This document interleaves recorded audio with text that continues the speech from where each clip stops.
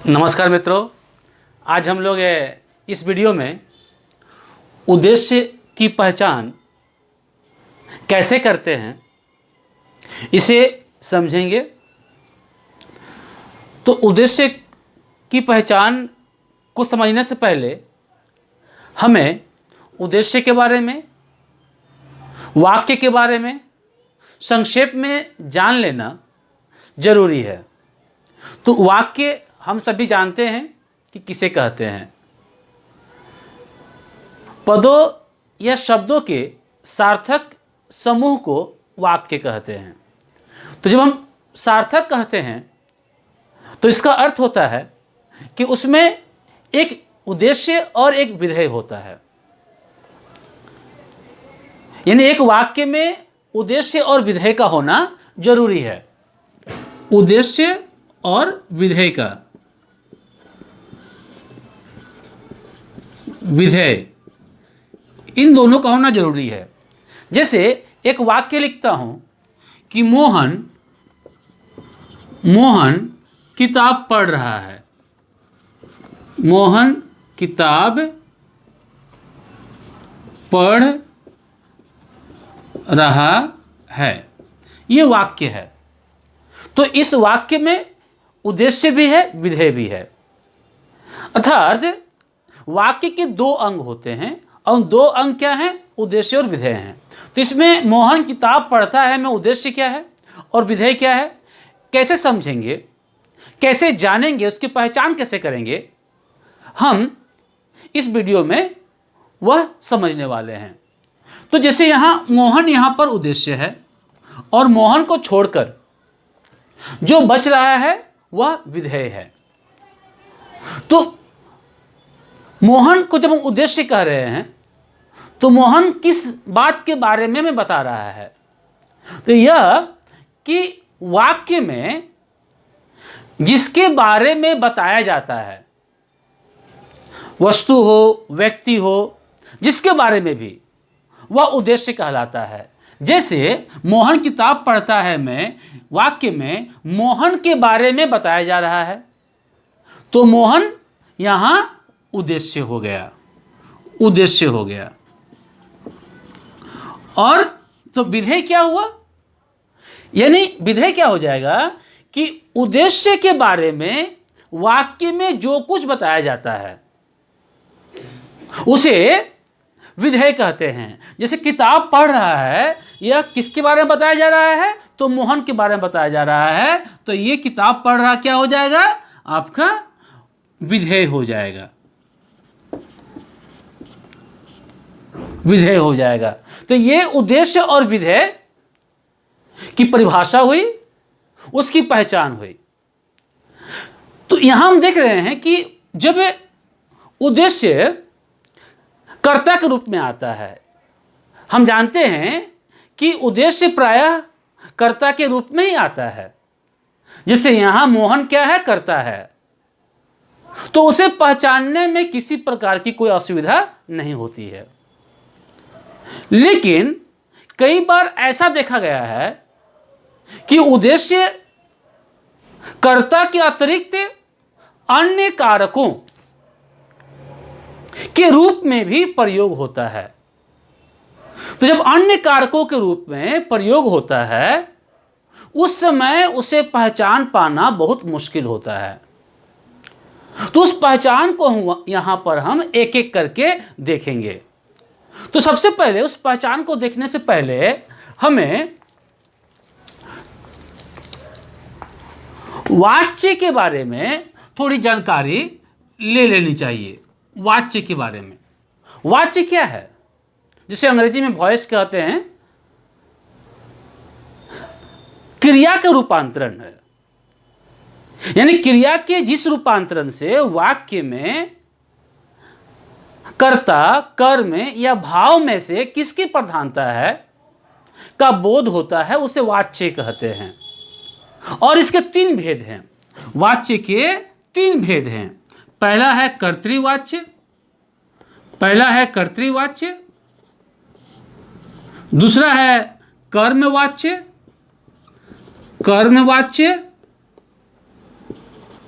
और तीसरा है भाववाच्य। इन तीनों को समझने का कारण एक ही है कि हम उद्देश्य को समझ सकें, किस तरह से उद्देश्य कर्ता के अतिरिक्त प्रयोग में आता है। कर्तृवाच्य क्या है? तो क्रिया के जिस रूपांतरण से वाक्य में कर्ता की प्रधानता का बोध होता है उसे कर्तृवाच्य कहते हैं। जैसे हमने यहां वाक्य लिखा था, मिटा दिया है, कि मोहन किताब पढ़ रहा है या वह रोटी खा रहा है, रोटी खाता है। तो इसमें हम देखेंगे जो क्रिया है वह कर्ता के अनुसार निर्धारित होता है। मोहन किताब पढ़ रहा है तो रहा है एक वचन पुल्लिंग है, लेकिन अगर हम यहाँ पर सीता लिख देंगे तो सीता किताब पढ़ रही है, तो यहाँ क्रिया का रूप जो है वो बदल जाएगा। कर्मवाच्य में भी हम देखेंगे कि यहाँ पर जो क्रिया है वह कर्म के आधार पर, यानी कर्म के अनुसार बदलती है, रूपांतरण उसे कर्म के आधार पर होता है। और भाववाच्य में भाव की प्रधानता होती है। तो इसे जो समझ रहे हैं तो इसे हम उदाहरण के माध्यम से देखते हैं। जैसे यहाँ पर कि मोहन किताब पढ़ता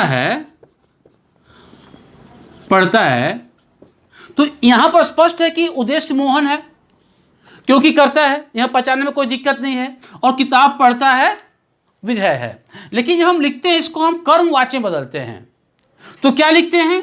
तो मोहन द्वारा किताब पढ़ी जाती है। एक ये हो गया, ठीक। ये आपका वर्तमान काल में है। इसी को अगर हम भूतकाल में लिखते हैं, मोहन ने किताब पढ़ी,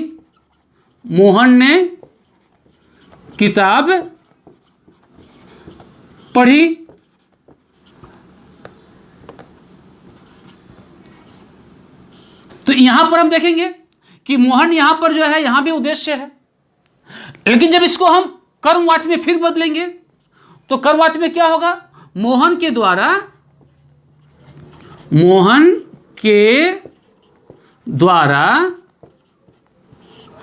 किताब पढ़ी गई। ये वाक्य देखते हैं हम। तो जब यहां पर उद्देश्य मोहन है, लेकिन जब हम कर्मवाच्य में आते हैं तो कर्मवाच्य में क्या देखते हैं कि जो क्रिया है वह किसके आधार पर जो है बदल रही है? वह किताब के आधार पर। किताब क्या है? कर्म है। यानी यहां पर उद्देश्य जो है कर्ता के रूप में नहीं है, बल्कि कर्म के रूप में है। तो ऐसे वाक्यों में जब हम उद्देश्य पहचानते हैं तो वहां पर भी ध्यान रखना पड़ेगा कि उसका वाच्य क्या है। वाच्य और कर्तृवाच्य तो आसानी से पहचान लेंगे, और यदि कर्मवाच्य है तो हम कर्म को उद्देश्य के रूप में रेखांकित करेंगे। और हम जानते हैं जब इंग्लिश में हम वॉइस पढ़ते हैं तो देखते हैं एक्टिव से पैसिव करते समय कि सब्जेक्ट ऑब्जेक्ट बन जाता है, ऑब्जेक्ट सब्जेक्ट बन जाता है।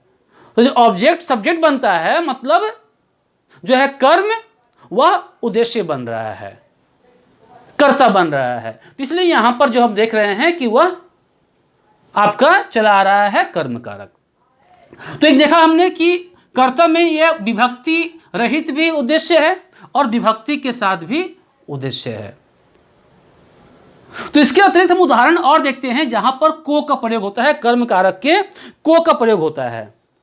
जैसे उनको मुंबई भेजा जाएगा, तो उनको मुंबई भेजा जाएगा, ये एक उद्देश्य उदाहरण है। तो यहां पर उद्देश्य क्या है? उनको। तो भेजा जाएगा, कर्मवाच्य बदल जा रहा है, इसका कर्तृवाच्य में है नहीं ये। तो जब कर्तृवाच्य में नहीं है, ये बदल जा रहा है, तो यहां पर उद्देश्य जो आएगा आपका मुंबई में, चला मुंबई भेजा जाएगा, तो यहां मुंबई उद्देश्य है। एक उदाहरण और देखते हैं, जैसे मिठाई खरीदी जाएगी। जैसे हमने यहां भी देखा कि किताब पढ़ी जाती है, किताब पढ़ी जाएगी, तो ये को के साथ भी रहता है और को के बिना भी रहता है। तो इसे हम पहचान सकते हैं। तो इसके अतिरिक्त पहचानने क्या है, एक और है वह भाव, भाववाच्य। भाववाच्य में कर्म नहीं होता है। जैसे सीता हंसती है, तो सीता हंसती है में क्या होगा, उसका बदलेंगे भाववाच्य में, तो सीता से हंसा जाता है कि भाववाच्य एक वचन पुल्लिंग और अन्य पुरुष में होता है, सीता से हंसा जाता है। तो यहां पर देखेंगे, एक चीज देखते हैं कि यहां पर जो उद्देश्य है वह क्रिया के साथ मिला होता है। तो हंसा जाता है या हंसा जो है उद्देश्य के रूप में होता है, हंसना के रूप में। हंसना ही यहां पर आया है हंसा के रूप में। तो ये यहां उद्देश्य होगा। लेकिन ये किसी किसी विद्वानों, किसी किसी बोल रहा हूं, ये कुछ विद्वानों का जो है मत है, लेकिन अधिकतर जो आता है वह कर्तृ और कर्म में, अर्थात हम देखेंगे कर्ता कारक में और कर्म कारक में अधिकतर उद्देश्य इसी आधार पर हम लोग पहचानते हैं। कुछ वाक्य ऐसे होते हैं, कुछ वाक्य ऐसे होते हैं जिनमें उद्देश्य के पहले कुछ लिखा रहता है, उसे उद्देश्य का विस्तार कहते हैं। उद्देश्य का विस्तार, उद्देश्य का विस्तार कहते हैं।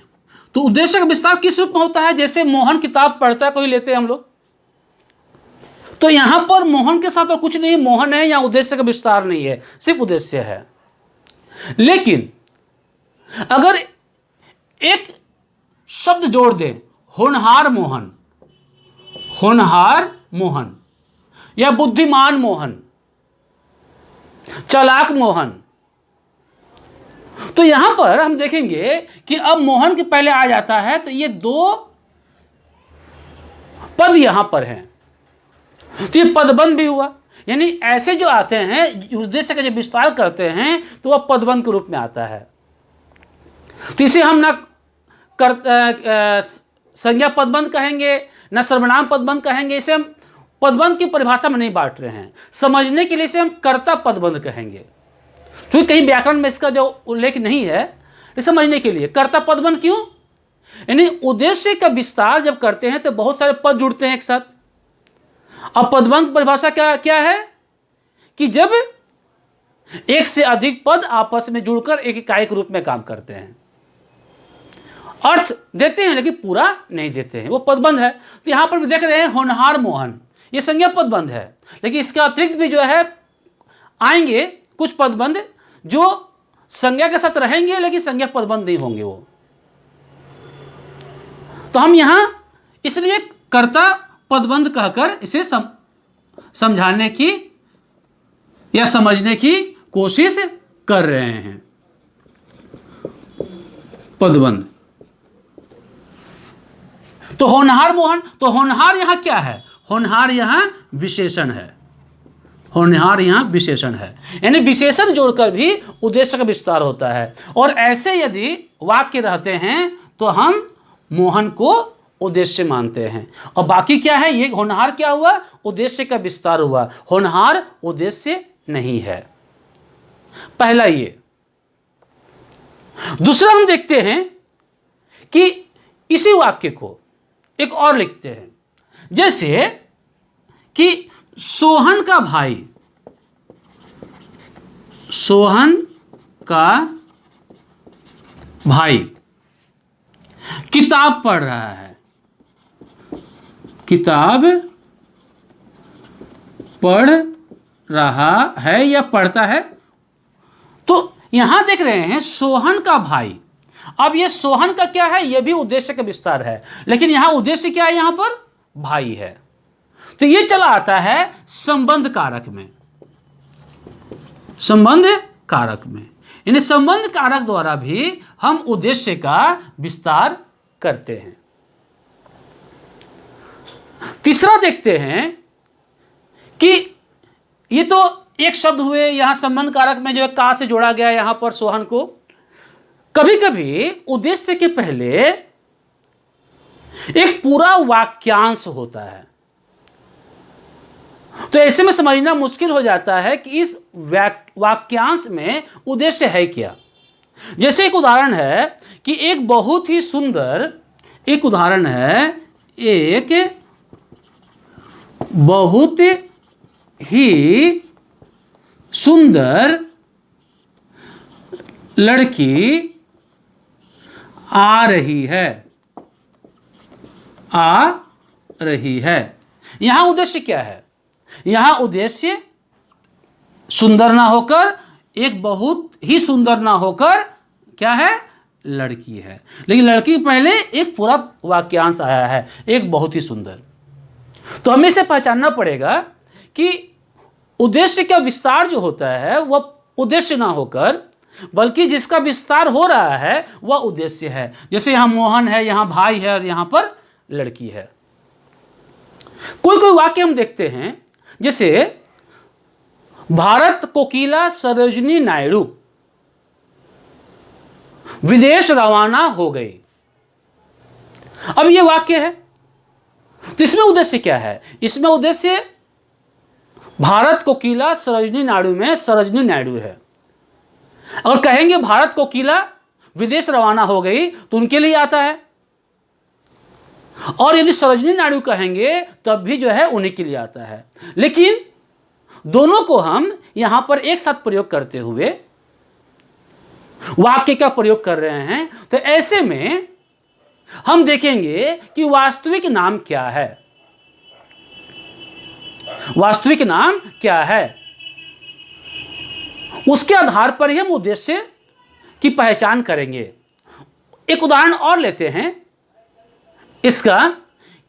मोहन के चाचा गजेंद्र राय आज घर आएंगे।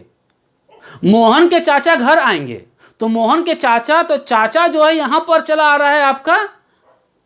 अगर सिर्फ ये वाक्य रहता है कि मोहन का चाचा घर आएंगे, तो चाचा यहां उद्देश्य है।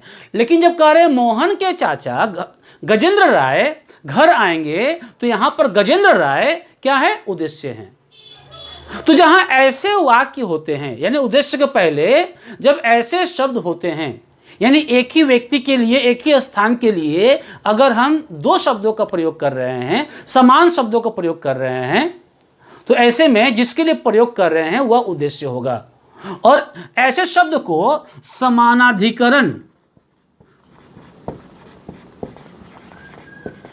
समानाधिकरण शब्द कहते हैं, यानी समान अधिकरण शब्द कहते हैं। एक ये हुआ, इतनी पहचान हुई। इसके अतिरिक्त भी शब्द प्रदान कारक के साथ भी हम उद्देश्य का प्रयोग देख सकते हैं। जैसे भिखारी को भीख दो, तो यहां पर किसके बारे में कहा जा रहा है? तो भिखारी के बारे में। तो भिखारी को भीख दो, तो भिखारी यहां संप्रदान कारक है, लेकिन यहां पर वह कर्ता के रूप में प्रयोग हो रहा है। उद्देश्य कर्ता के रूप में नहीं, उद्देश्य के रूप में प्रयोग हो रहा है। ये तो संप्रदान कारक है, उद्देश्य के रूप में प्रयोग हो रहा है। इसके अतिरिक्त भी